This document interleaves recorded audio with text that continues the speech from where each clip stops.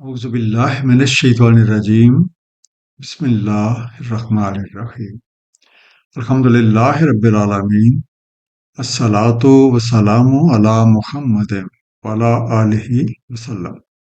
انشاءاللہ آج ہم سورہ طٰہٰ کے چھٹے رکوع کا مطالعہ کریں گے۔ اس سے پچھلے رکوع کا خاتمہ اس بات پہ ہوا تھا کہ قرآن کریم سے بے توجہی کرنے والے اور اس کی سمجھ نہ رکھنے والے مجرم یوم القیامہ کو آہستہ آہستہ ایک دوسرے سے کہہ رہے ہوں گے کہ تم دنیا میں صرف ایک عشرہ یعنی 10 روز رہے ہو۔ رب کریم کو ان کی باتوں کی حقیقت خوب معلوم۔ اس وقت ان لوگوں میں سے سب سے زیادہ محتاط اندازہ لگانے والا شخص کہے گا کہ تم ایک یوم رہے ہو۔ یوم سے مراد دن نہیں ہے، بلکہ اس سے مراد کسی بھی مرحلے کے شروع سے لے کے اس کے مکمل ہونے تک کی مدت ہے، چاہے یہ مدت چند لمحے ہو، چند گھنٹے ہو، چند دن ہو، سال ہو یا پھر سالہ سال۔ دوسری بات یہ ہے کہ ہر پلانٹ، ہر solar system, galaxy, cluster, super cluster اور یونیورس میں ہر ایک کا اپنا ایک یوم ہے اور اس کی مدت ہمارے لحاظ سے مختلف ہے۔ آئیے مطالعہ قرآن کا آغاز اس دعا کے ساتھ کرتے ہیں کہ اللہ تعالی ہم سب کو نبی کریم صلی اللہ علیہ وآلہ وسلم کے طفیل قرآن کریم کا صحیح مفہوم عطا فرمائے۔ سورہ طٰہٰ رکوع نمبر 6 جو کہ آیات 105 سے 115 تک ہے۔ بسم اللہ الرحمن الرحیم۔ وَيَسْأَلُونَكَ عَنِ الْجِبَالِ، وہ آپ سے سوال کرتے ہیں پہاڑوں کے بارے۔ فَقُلْ يَنسِفُهَا رَبِّي نَسْفًا، سو کہہ دیں بکھیر دے گا انہیں میرا رب دھول بنا کر۔ فَيَذَرُهَا قَاعًا صَفْصَفًا، سو کر چھوڑے گا اسے ایک ہموار صاف میدان۔ لا تری فیہا عوجا ولا امتا، نہ دیکھو کہ تم اس میں کوئی ٹیڑھ اور نہ سلوٹ۔ امتا الف میم تے سے بنا، سلوٹ اونچ نیچ، بلندی اور پستی، یا ہم کہہ سکتے ہیں ناموار، رگڑنیس اور کروکڑنیس۔ اے دائی حق، لوگ آپ سے پوچھتے ہیں کہ یوم القیامہ کو پہاڑوں کا کیا حال؟ ان سے کہہ دیں میرا رب انہیں دھول بنا کر اڑا دے گا اور ایسا ہموار کر دے گا کہ تم اس میں کسی قسم کی کوئی ٹیڑھ یا سلوٹ نہ دیکھو گے۔ سورہ قاریہ آیت نمبر 5 میں ارشاد ہے، اور پہاڑ ہو جاتے ہیں جیسے رنگین اون تھونکی ہوئی۔ یومئذ یتبعون الداعی لا عوج لہ، اس روز پیچھے چلیں گے ایک داہی کے، نہیں کوئی ٹیڑھ ان کے لیے۔ وخشعت الاصوات للرحمن ولا تسمع الا ہمسا، اور دب جائیں گی آوازیں رحمان کے حضور، تو نہ سنو گے تم سوائے ہلکی سی آہٹ کے۔ یومئذ لا تنفع الشفاعہ، اس روز نہ نفع دیتی ہے کوئی شفاعت، الا من اذن له الرحمن ورضی له قولا، مگر یہ کہ جس کو اذن دیا رحمان نے اور وہ راضی ہے اس کے قول سے۔ انڈر لائن لفظ ہے ہمسن، ہے میم سین سے بنا، ہلکی سی آواز، یا ہم کہہ سکتے ہیں کوئی خسر پھسر، a low indistinct noise of a speech۔ اس روز لوگ ایک داہی کے پیچھے چلیں گے اور اس کی پیروی سے انکار نہ کر سکیں گے۔ خدا رحمان کے سامنے ساری آوازیں پست ہو جائیں گی اور تم ہلکی سے آہٹ یا کسی خسر پسر کے علاوہ کوئی آواز نہ سنو گے۔ وہ ایک ایسا وقت ہے جس میں کسی کی شفاعت کچھ فائدہ نہیں دیتی سوائے اس شخص کے جسے خدا رحمان نے شفاعت کی اجازت دے رکھی ہو اور وہ اس کی بات کو پسند فرماتے ہو۔ یعلم ما بین ایدیہم وما خلفہم ولا یحیطون بہ علما، علم رکھتا ہے جو کچھ ان کے آگے اور جو کچھ ان کے پیچھے ہے، اور نہیں وہ احاطہ کر سکتے اس کا علم۔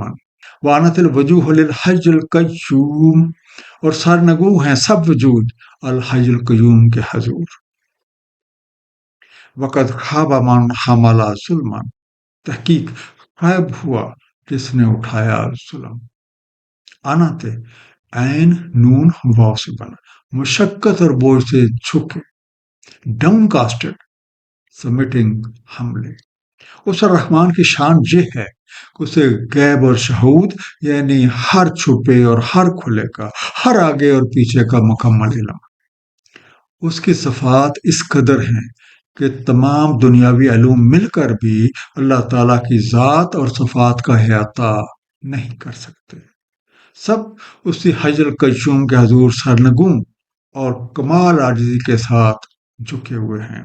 اور وہ شخص جس نے کسی ظلم کا بوجھ اپنے سر پہ لاد رکھا ہے ناکام و نامراد ہے. وَمَن يَعْمَلْ مِنَ الصَّالِحَاتِ وَهُوَ مُؤْمِنٌ فَلَا يَخَافُ ظُلْمًا وَلَا حَسْمًا، اور جو کوئی کرتا رہا اعمال صالح اور وہ تھا مومن، تو نہ کوئی خوف ہوگا اسے ظلم کا اور نہ کچھ ہضم کیے جانے کا. وَكَذَلِكَ أَنزَلْنَاهُ قُرْآنًا عَرَبِيًّا وَصَرَّفْنَا فِيهِ مِنَ الْوَعِيدِ، اور اسی طرح ہم نے نازل کیا ہے آپ پہ قرآن عربی، اور ہم نے تصریف کی ہیں اس میں وعیدیں. لعلہم یتقون او یحدث لہم ذکرا، تاکہ وہ تقوی کریں یا باعث ہو ان کے لیے یاد دہانی کا. حسمان ہے ذات میم سے بنا، کسی واجب الادا کو روک رکھنا، یا ہم کہہ سکتے ہیں حق تلفی کیے جانا. with holding of that which is due. اور وہ شخص جو ایمان والا تھا اور اس نے صالح اعمال سر انجام دیے تو اسے کسی بھی قسم کے ظلم یا حق تلفی کا کوئی خوف نہ ہو. رب کریم نے کمال مہربانی کے ساتھ ہمیں قرآن کریم جیسی بے شبہ نعمت سے نوازا ہے.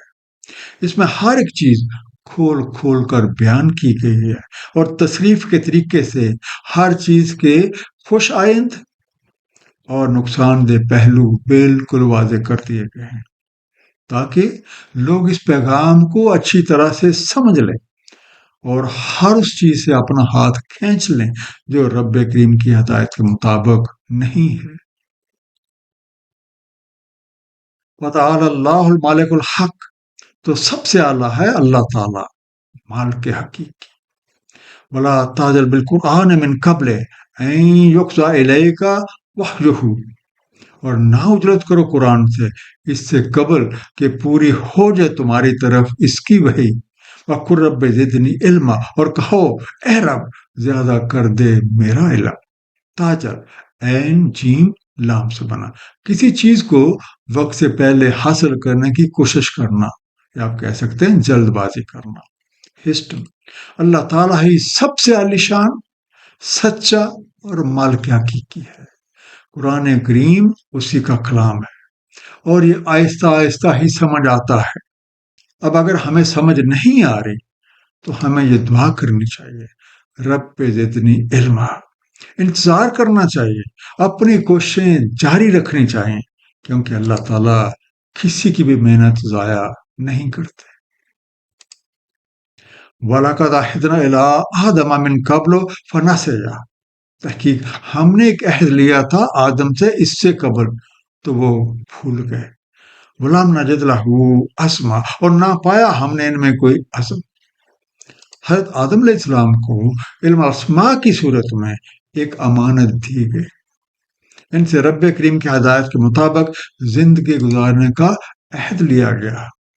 شیطان کے بہکاوے میں آ کے بھول کا شکار ہوئے اور جس کام سے روکا گیا تھا وہی کر بیٹھے. جب اپنی غلطی کا احساس ہوا تو نادم ہوئے، اپنی غلطی کو تسلیم کیا اور رب کریم سے مغفرت کے طلبگار ہوئے. سورہ اعراف آیت نمبر 23 میں ارشاد ہے، بولے اے ہمارے رب، ہم نے ظلم کیا اپنے اوپر، اور اگر نہ کیا آپ نے ہماری مغفرت اور ہم پہ رحم تو ہم ضرور ہو جائیں گے خسارہ اٹھانے والوں میں سے. چنانچہ رب کریم نے ان کی توبہ قبول فرمائی اور انہیں ہدایت بخشی. جب ہدایت ملی تو انہیں یاد آ گیا اور وہ اپنا مقصد زندگی حاصل کر کے واپس جنت میں لوٹ. آدم کی سرگزشت در حقیقت ہماری ہی سرگزشت ہے. ہم بھی جنت سے نکالے ہوئے ہیں اور ہماری واپسی کا طریقہ بھی وہی ہے جو آدم علیہ السلام نے اختیار کیا تھا. اس رکوع کا ایک مختصر سا خلاصہ: ایک وقت آئے گا کہ پہاڑ دھول بنا کے اڑا دیے جائیں گے. ہر کسی کے کسبل اس طریقے سے نکال دیے جائیں گے کہ کوئی بھی حقیقت کا انکار نہ کر سکے گا. خدا رحمان کے حضور پیشی کے وقت کسی کی شفاعت کچھ فائدہ نہیں دیتی سوائے اس شخص کے جسے خدا رحمان نے شفاعت کی اجازت دے رکھی ہو اور اس کی بات کو پسند فرمائے. ایسے وقت میں جو کوئی بھی اپنے سر پہ ظلم کا بوجھ لے کے آتا ہے ناکام و نامراد ہے.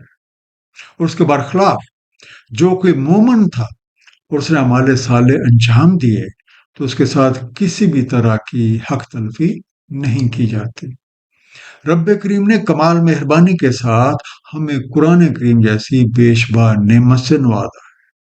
اس میں تصریف کے ذریعے سے ہر چیز کے خوش آئند اور نقصان دہ پہلو بالکل واضح کر دیے گئے ہیں تاکہ لوگ اس پیغام کو اچھی طرح سمجھ لیں اور ہر اس چیز سے اپنا ہاتھ کھینچ لیں جو رب کریم کی ہدایت کے مطابق نہیں ہے. اللہ تعالی ہم سب کو قرآن کریم کو صحیح طور پہ سمجھنے اور اس پہ نبی پاک صلی اللہ علیہ وآلہ وسلم کی سنت مبارکہ کے مطابق عمل کرنے کی توفیق عنایت فرمائے. صدق اللہ العلی العظیم. صلی اللہ تعالی علی حبیبہ محمد و آلہ وسلم.